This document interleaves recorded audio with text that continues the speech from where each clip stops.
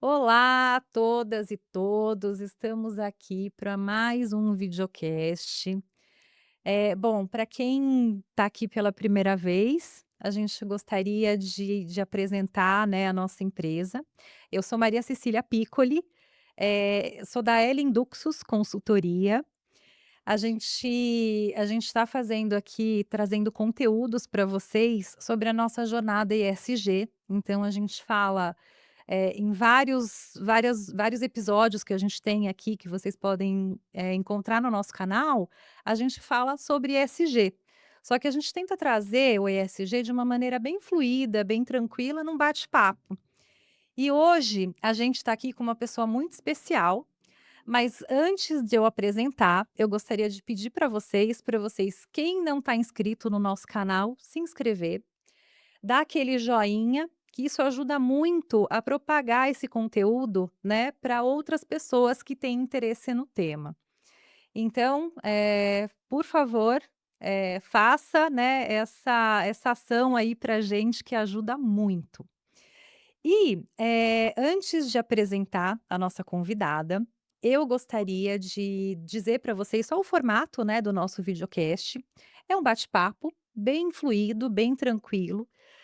A gente faz algumas perguntas para a convidada sobre o tema, que a gente vai falar no episódio. O tema nosso de hoje, a gente vai trazer um tema que para mim é muito especial, que é a gente vai falar do S, né, da parte de responsabilidade social. Então, da sigla que a gente tem ali do ISG, normalmente a gente fala bastante sobre o E, né, que é do meio ambiente. A gente fala muito de norma, muito, né, da parte regulatória, mas hoje a gente quer trazer esse tema S, que é um tema extremamente importante do ISG. E a nossa convidada, bom, antes eu gostaria de falar para vocês, também estava esquecendo, quem assiste, né, regularmente aí as nossas transmissões, eu estou sempre com a minha xará e diretora de ISG da Ellen Duxus. Hoje, infelizmente, ela não pôde estar conosco. Ela manda um abraço e um beijo para todo mundo, ela gosta muito de participar, mas hoje infelizmente não foi possível. Mas, eu tenho certeza que ela está com a gente aqui em pensamento. Bom, vamos lá, vou apresentar a nossa convidada. Eu vou falar primeiro a mini bio dela, e depois eu vou trazer a surpresa para vocês. Ela é advogada, ela é mestre em governança e sustentabilidade, pós-graduada em administração pública, ela é pedagoga, escritora, palestrante e founder da empresa Trilha Sustentável. Então, a nossa convidada de hoje é a Cristiana Loyola. Inclusive, a gente está aqui, ó, com um livro dela. Ela é coautora do livro Mulheres na Sustentabilidade, da editora Líder. Bom, eu tive a oportunidade de ler o capítulo dela e é muito especial, super recomendo. E a gente sempre que traz, um convidado que tem livro escrito, a gente faz sorteio. Então, no final da transmissão, a gente vai deixar o link aqui, do Forms para vocês preencherem. Então, preencham durante a transmissão. No final da transmissão, a gente entra ao vivo para fazer o sorteio do livro da nossa convidada. Bom, sem mais delongas, gostaria de passar a palavra aqui para a Cristiana, primeiro agradecendo, Cristiana, a sua presença, e você ter aceitado conversar com a gente. A gente está muito honrada de ter você por aqui. Ô, Maria Cecília, obrigada aí pela oportunidade. Fico muito feliz de poder trocar. Eu acho que é uma conversa sempre boa, né? As trocas enriquecem. E eu estou aqui para a gente aproveitar esse momento e também dividir essa surpresa que me deixou tão feliz aí com o público. Muito feliz de estar aqui. Ai, maravilha, a gente está muito feliz e, assim, o livro, a gente vai deixar aqui também no link da transmissão, né, quem não for sorteado, a gente vai deixar o link para o site da editora para vocês conseguirem adquirir também, que ele traz histórias ali muito interessantes, né, e a gente precisa cada vez mais, divulgar o trabalho dessas mulheres que estão aí lutando pela sustentabilidade, né. Bom, eu vou começar aqui com a nossa primeira pergunta. que eu falei aqui, né, que o S é aquele pilar que me é muito caro, porque eu trabalhei muito tempo, com responsabilidade social. Então eu gostaria de perguntar, né, como que esse pilar, ele evoluiu da filantropia, daquela filantropia tradicional, para se tornar parte central da estratégia dos negócios das organizações?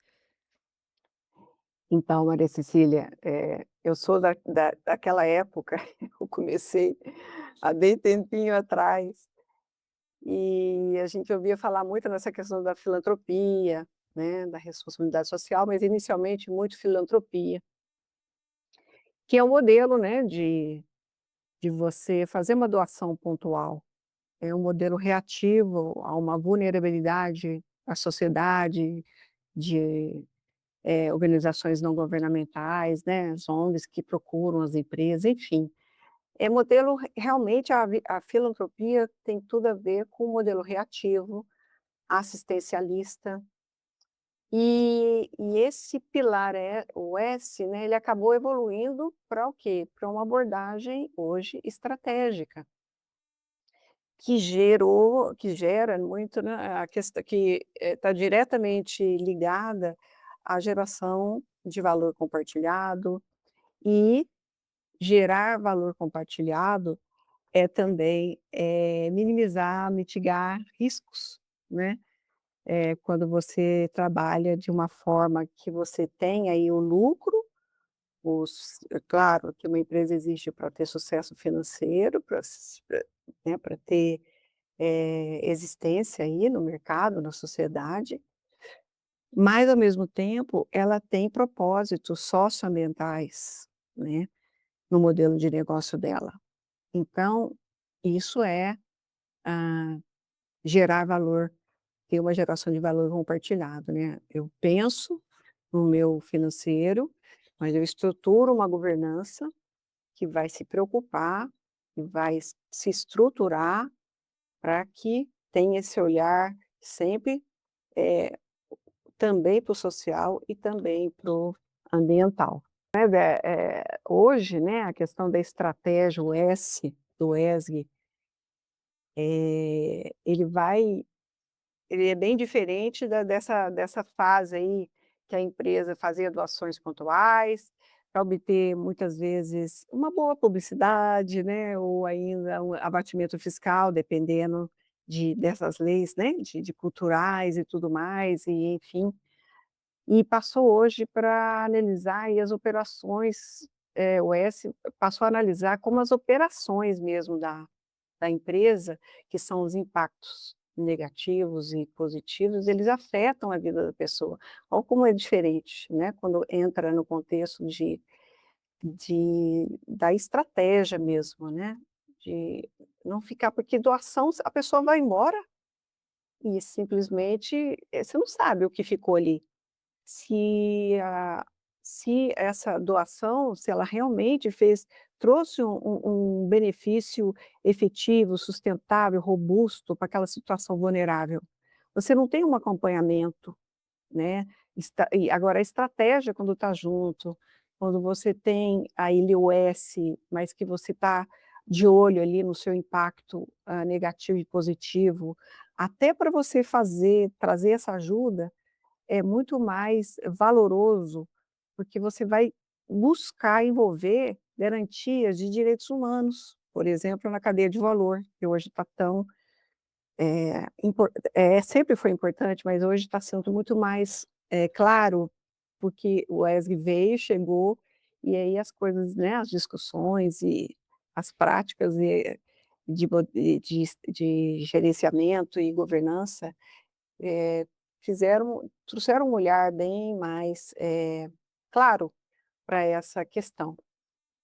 Então essa vai envolver a garantia de direitos humanos na cadeia de suprimento, a erradicação do trabalho análogo à escravidão infantil, tão sério, né, eh, proteger também a saúde e segurança do trabalhador, gerenciar impacto, social também de grandes obras, porque dependendo da obra e o que vai envolver a questão ambiental também, isso impacta, muito fortemente e o que gera até outros, problemas que é de paralisação de operacional, ou processos até dependendo da situação, né, e muitas vezes, o resultado disso até os próprios, consumidores boicotam, né, a empresa.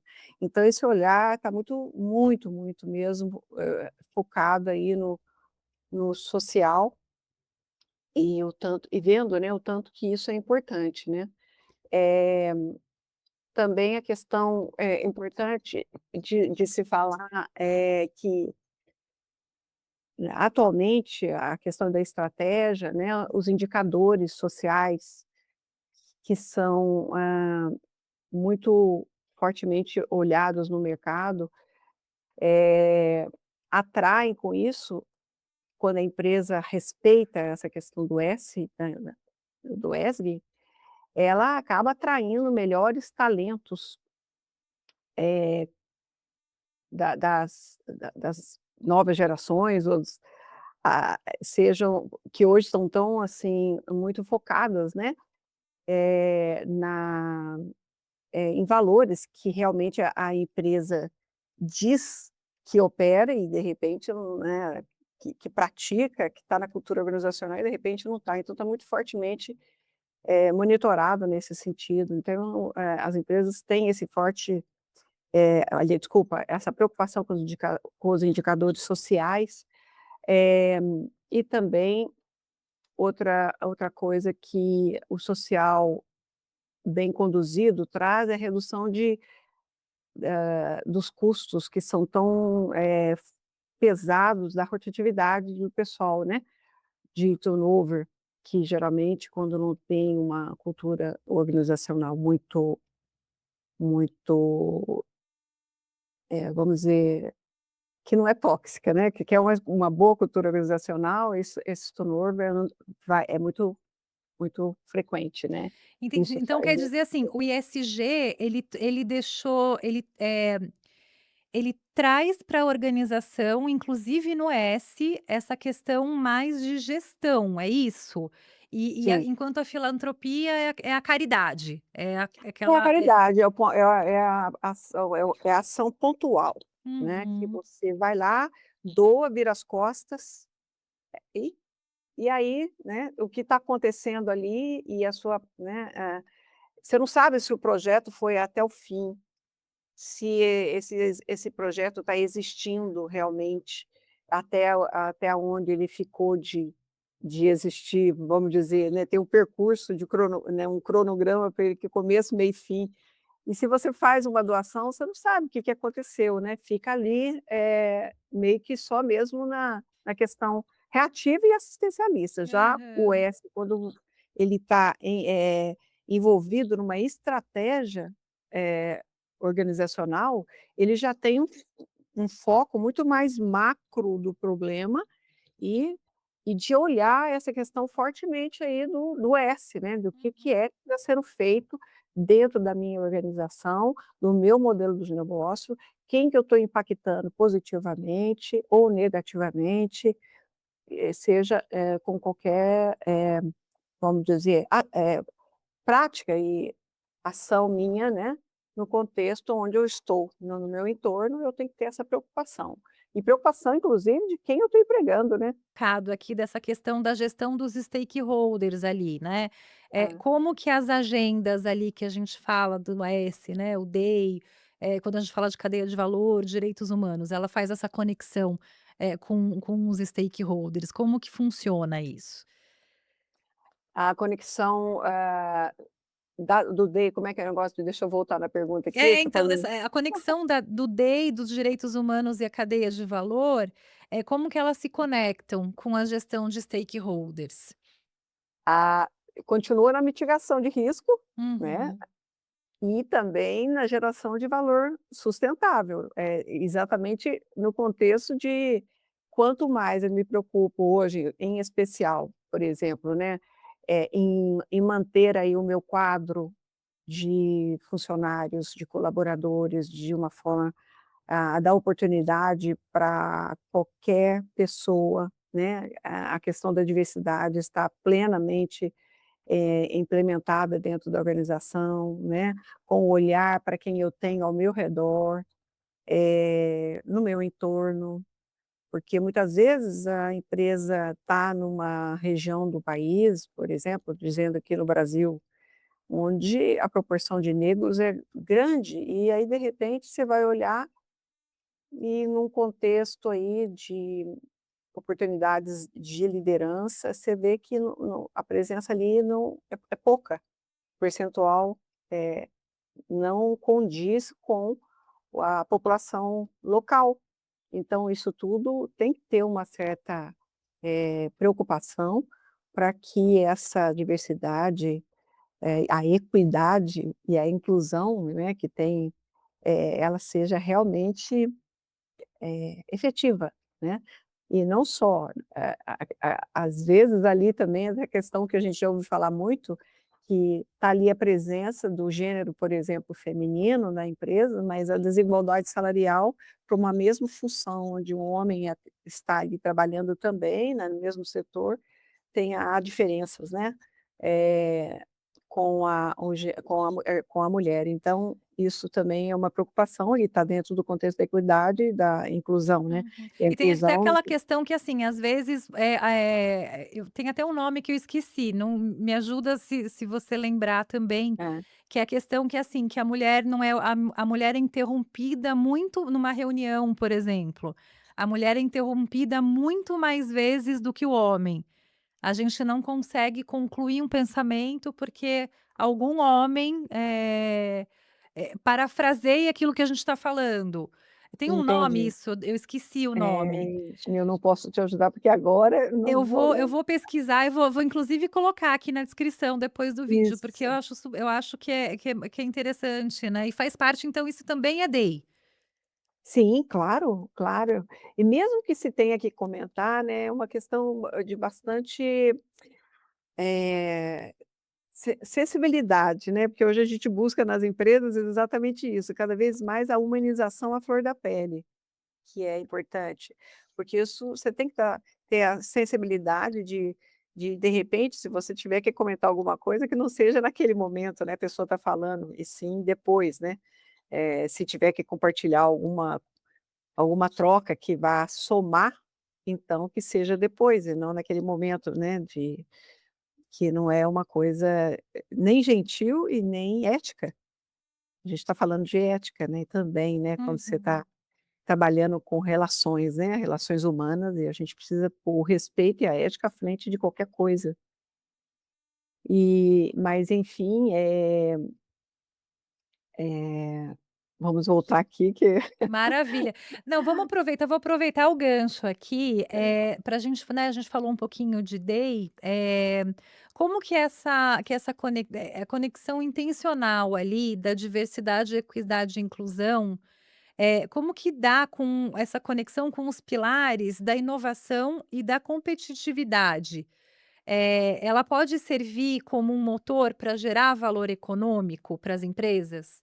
E aqui a gente gerar valor econômico e ela contribui com justiça social, que a gente até perguntou, né, da questão se é possível construir um negócio sustentável, numa cidade numa sociedade tão desigual quanto a nossa. Como que dá essas conexões a conexão você fala a conexão com a isso, a inovação, é isso que conexão você falou? do DEI, né, da diversidade, equidade e inclusão, Hã. com os pilares de inovação, de competitividade, isso pode servir para alavancar esse valor econômico? E ele também, ele contribui para a justiça social? Essa conexão com a inovação e com a competitividade? Sim, quando ela tem isso é embutido, você contribui muito com essa questão, essa sinergia entre a inovação, você trazer a diversidade, né, para dentro da organização, com esse olhando sempre com esse pilar, né, da inovação e da competitividade, é bacana, porque a diversidade, você fala o seguinte, que as equipes que são homogêneas, você tem um pensamento de grupo homogêneo, com soluções repetitivas, né. Você não tem muita, você não tem como ouvir as diferenças, porque muitas vezes você, está evoluindo aí num projeto, a equipe está ali, mas você precisa ouvir outras vozes, né. Fala que na diversidade, é nada sobre nós sem nós. Então como é que eu vou montar um projeto que vai estar trabalhando aí o contexto, por exemplo, da mulher, sem ouvir a mulher? É que nem você falou aí de interromper uma na situação, né, ou então ainda eu vou montar estou precisando trabalhar um contexto de acessibilidade na organização, e não vou, ouvir, vou inovar, por exemplo, um espaço ali, mas sem ouvir a pessoa com deficiência que está ali presente na organização, sou eu que estou ali. Com as minhas diferenças, com as minhas dificuldades, vendo o que está acontecendo ali e de repente sai um projeto sem a minha participação, se eu para que eu possa contribuir até com essa inovação, para que ela fique mais, homogênea, a minha homogênea não, mais acessível, desculpa, a minha necessidade, né, e a minha própria produção, né, que quando eu me sinto acolhido completamente, inclusive estruturalmente dentro da organização, no caso da pessoa com deficiência, eu vou produzir muito mais, eu vou inovar, contribuir com muito mais, e ela só a gente consegue fazer isso quando você tem equipes diversas, né, que você vai reunir diferentes grupos de gêneros, raças, enfim, isso é vivência, né, e você vai estar cruzando aí, eh, oportunidades de repertórios distintos. Isso vai ampliar aí bastante a capacidade de resolução de problemas, que são muitas vezes complexos. Pode acelerar inclusive o desenvolvimento de produtos, de patentes, assim, dependendo, né, da situação. E e aí quando você vai, né, com relação à justiça social, que você fala, quando você conecta daí nesse sentido, né, da inovação, você vai estar, de alguma forma, quebrando um ciclo aí de, eu acho que de exclusão do De mercado séculos, né. qualificado, né, gerando uma ascensão aí econômica para essas pessoas vulneráveis, né, Uhum. que estão presentes aí na comunidade. Não sei se eu fui clara? Não, eu acho que foi e assim, uma coisa que eu gostaria de comentar, né, em cima da sua fala, eu tento trazer muito quando a gente fala, né, de políticas de diversidade, equidade e inclusão, eh, Hã. de de reforçar muito essa questão, né, da inovação. É, porque é isso, é uma equipe diversa traz ideia as pessoas têm vivências diferentes, né. Eu falo, a gente que é classe média, tem esse privilégio, a gente vive numa bolha, né, e quando você tem a capacidade de integrar na equipe, pessoas com outras classes sociais, eh, com outras vivências, com outras dificuldades, né, no caso da pessoa com deficiência. Você tem é tão rico isso, você entende, né, você traz isso e essas ideias diversas para a empresa, ela é extremamente importante, né, Cristiana? E a questão da justiça social que é importantíssimo também, né, porque quando a gente fala de diversidade, equidade e inclusão, a gente está falando de uma reparação também que muitas vezes o Estado não conseguiu, a sociedade não conseguiu, então assim, compete às empresas, trabalharem nessa agenda, né, então, eu acho que foi muito importante, assim, essa fala. E também, complementando aquela questão de que às vezes nesse processo de inovação aí, né, que acontece? Quando a empresa acolhe essa a diversidade, ela passa, o mercado aceita isso com muito muita abertura, porque ela passa a oferecer produto e serviço, que vai entender de fato mesmo, representar aí, essas comunidades que estão ali presentes na organização, então isso traz de todas as formas, produtos, por exemplo, que são específicos para, por exemplo, é para pele, para cabelo, que muitas vezes não estavam ali, e você ganha mercado, porque você ouviu essa pessoa, e que aquilo era melhor para inovar, porque falta no dia a dia dela isso, né, uma questão aí de um produto X, XYZ, e isso traz aí o que vai melhorar o mercado, ela vai poder, inovar em determinadas, claro que depende do core business dela, mas isso eu estou falando num contexto grande, por exemplo, trazer soluções também financeiras também para pessoas que não têm ainda nem conta em banco.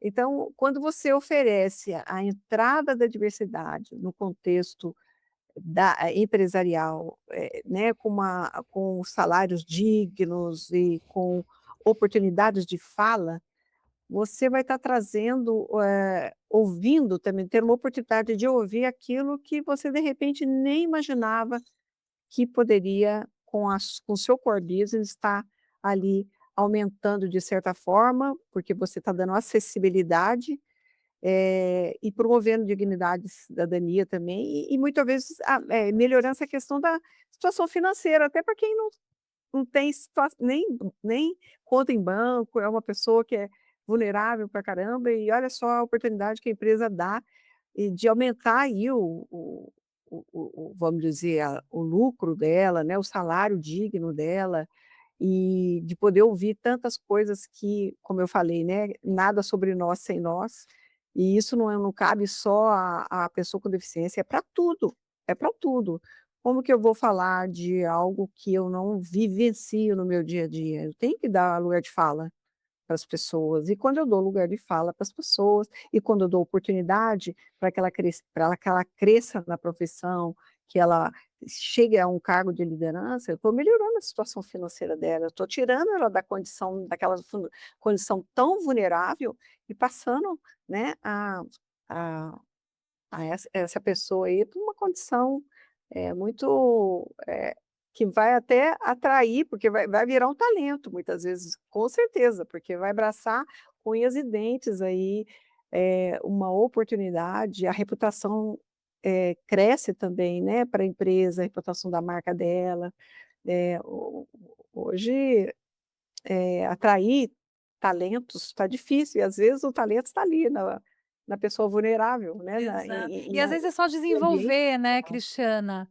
É a Sim, gente dar oportunidade, e isso eu toco muito nessa tecla, assim, da gente dar oportunidade, porque na verdade, não é uma oportunidade só para o vulnerável, né, como a Cristiana falou, é uma oportunidade que a gente traz para o negócio, né. Então, assim, não é um ganha-ganha, né, então ganha a sociedade, ganha, né, as pessoas em situação, de vulnerabilidade, e ganha a empresa, né. Então quando eu brinco que quando não a empresa ela tem que ter, ainda que não queira, né, fazer caridade, que não é caridade, mas que tem esse olhar para o negócio, né, porque a Cristiana trouxe aqui super, né, bem colocado aqui o quanto isso agrega valor para o negócio, né. com certeza. É Muito uma coisa bom. que E Cristiana, falando da questão, né, de uma questão bem específica, assim, dos escândalos, corporativos, né, que a gente vê escândalos bem recentes, assim, que mostram ali os danos reputacionais que surgem, né, quando tem uma desconexão ali, entre os valores declarados e os comportamentos organizacionais. Eu queria saber se você acredita que a confiança nos dias de hoje ela ganhou corpo nas organizações e ela se tornou um ativo estratégico? com toda certeza, é importante tocar nesse assunto, porque a gente vê o quanto que é prejudicial você como é que eu vou te falar? Você publicizar, por exemplo, num relatório de sustentabilidade,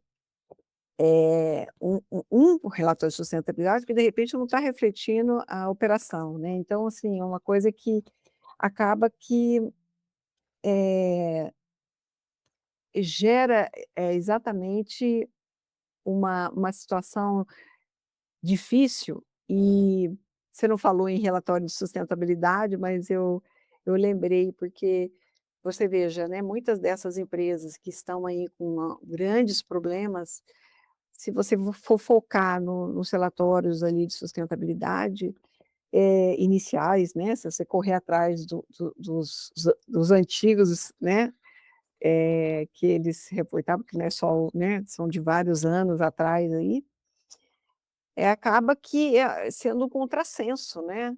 Então tem que ter muito cuidado com o tipo aí de risco, né, quando você enfrenta um risco aí de reputação e de governança, e que Essa questão dos relatórios, assim, de você divulgar no relatório aquilo que você não faz, ou dar alguma então, informação, equivocada, ou uma informação, eh você coloca uma coisa que você não faz, ou que você faz muito pouco. Isso é o tal do dito social washing que eles falam? social washing, exatamente. E também, quando se trata das questões de disfarçar uma tragédia, por exemplo, ambiental, a mesma coisa, o tal do greenwashing, falar e, né, uma coisa e tá de alguma forma com muitos problemas nessa outra questão, porque quando a gente fala de E, a gente fala de governança, a gente fala de social e a gente fala de ambiental, né.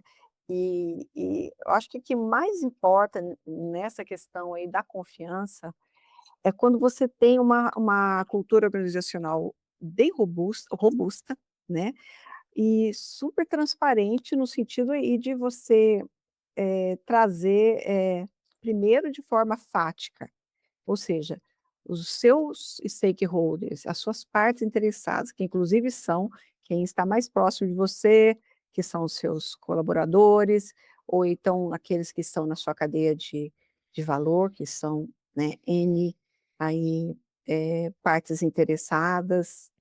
Eh, Você tem que ter bastante atenção de estar falando com, eh, mostrando realmente o que você é no seu dia a dia, na sua cultura organizacional, de forma você está enxergando e você está vivendo aquilo, e quando você vai, por exemplo, para um report, você vê que aquilo exatamente é o que você vivencia ali, não é um contrassenso.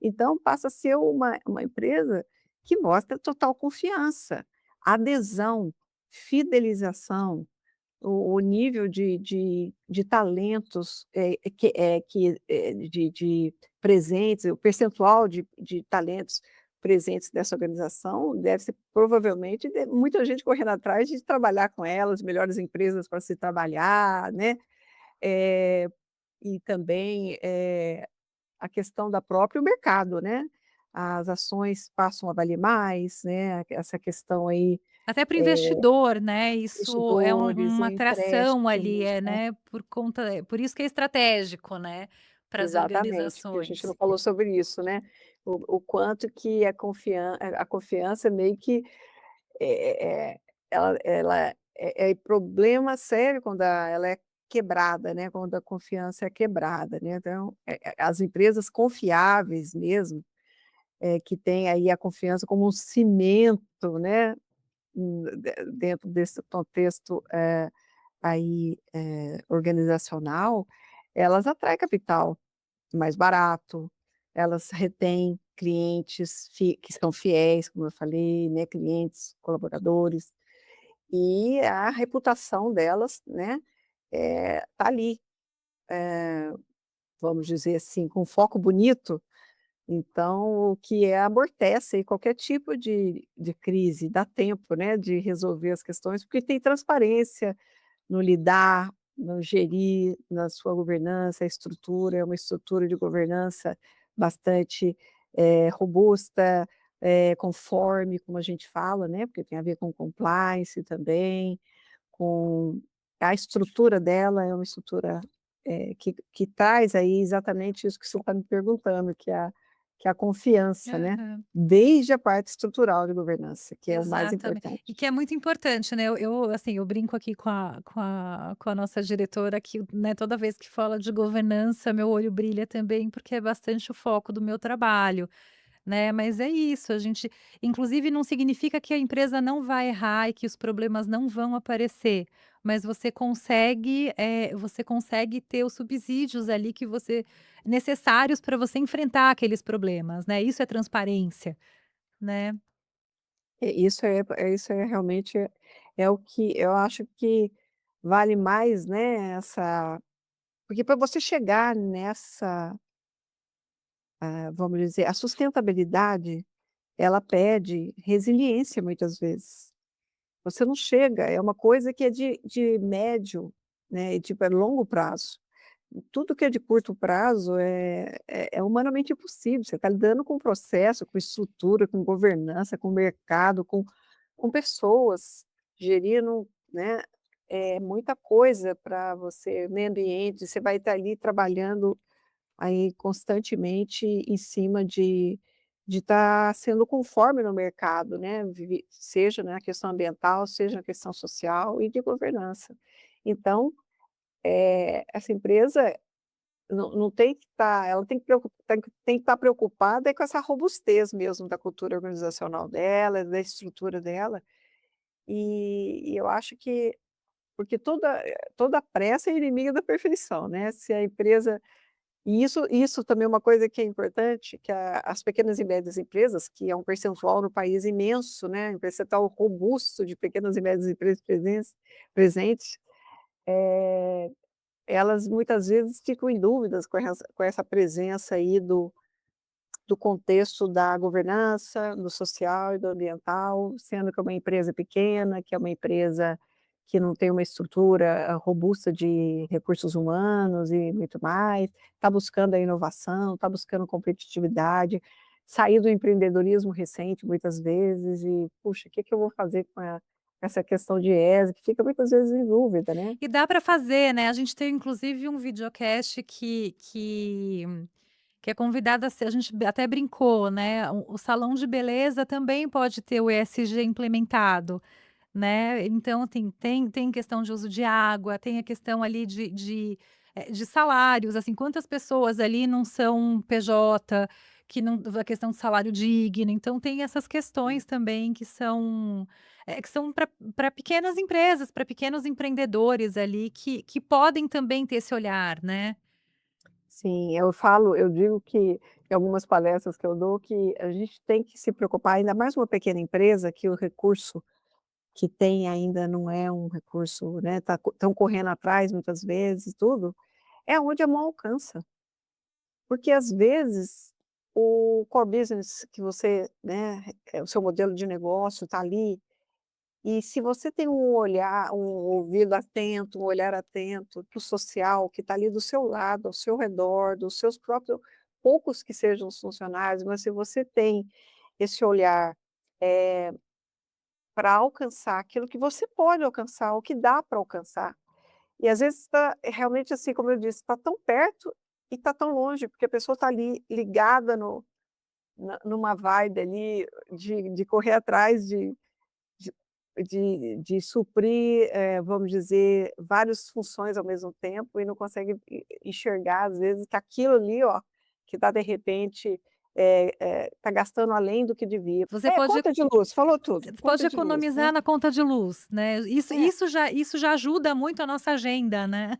sim, sim, Exato. você deu um bom exemplo aí. Cristiana, Exato. infelizmente o nosso tempo está acabando. Tá Falando acabando em já. coisa boa, passa muito rápido, eu gostaria de ficar muito mais aqui conversando com Ai, você, mas eu bom. gostaria de agradecer muito a sua participação aqui com a gente, Obrigada. extremamente honrada mesmo de você Eu ter agradeço. aceitado o nosso convite. Gostaria de falar do livro, a gente vai fazer o sorteio daqui a pouquinho, então acaba ainda tem um tempinho aí para preencher, o link do formulário. E assim, eu até comentei com a Cristiana que eu li o capítulo dela e eu senti assim, eu não vou dar spoiler, mas eu senti aquele cheiro de café fresquinho com bolo na fazenda.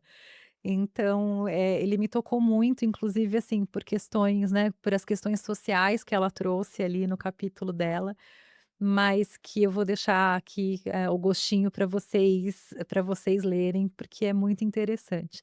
Gostaria de agradecer imensamente e passar um pouquinho, uns minutinhos para você, a palavra final, e a gente já encerra. Ah, eu só tenho que agradecer, Maria Cecília, eu acho que foi tão, assim, prazeroso ter essa oportunidade com vocês aí, de estar trazendo e compartilhando mesmo, é uma troca, né. A gente está aí no dia a dia, eu tô nessa, pegada, como diz o outro, da sustentabilidade e toda essa agenda que não é só sustentabilidade, agora, mais ainda o ESG também, né, que está aí, que chegou no mercado, mas eu sou da sustentabilidade. Claro que uma coisa é uma coisa, outra coisa é outra coisa, né, se complementam, mas são diferentes aí, é uma a sustentabilidade, eu falei que quando a gente começou a falar, nossa, eu se tenho muita, eu sou de um processo aí de quase 20 anos de trabalho com E isso, tá então relatado aqui no livro, né. Então, tem assim, aí, tem gente, aí. olha. Ai, mas ó, prazer poder estar trazendo um pouquinho disso aí, é bastante coisa, é uma temática muito ampla, daria aí para a gente falar o dia inteiro e mais um pouco, Ai, mas, com só de falar um certeza. pouquinho com vocês, ter essa oportunidade, esse convite que foi feito aí por vocês, eu fico muito grata. Eu Estou à agradeço disposição. demais. Tomara que vamos ver quem que vai ganhar aí Ah, a vamos lá, então a gente vai o colocar aqui o sorteio. link, daqui a pouquinho a gente se vê lá ao vivo no sorteio, e eu quero agradecer muito vocês que participaram dessa transmissão, e daqui a 15 dias, que o nosso formato é a cada 15 dias, a gente se vê de novo. Tchau. Obrigada, Maria Cecília. Tchau, gente.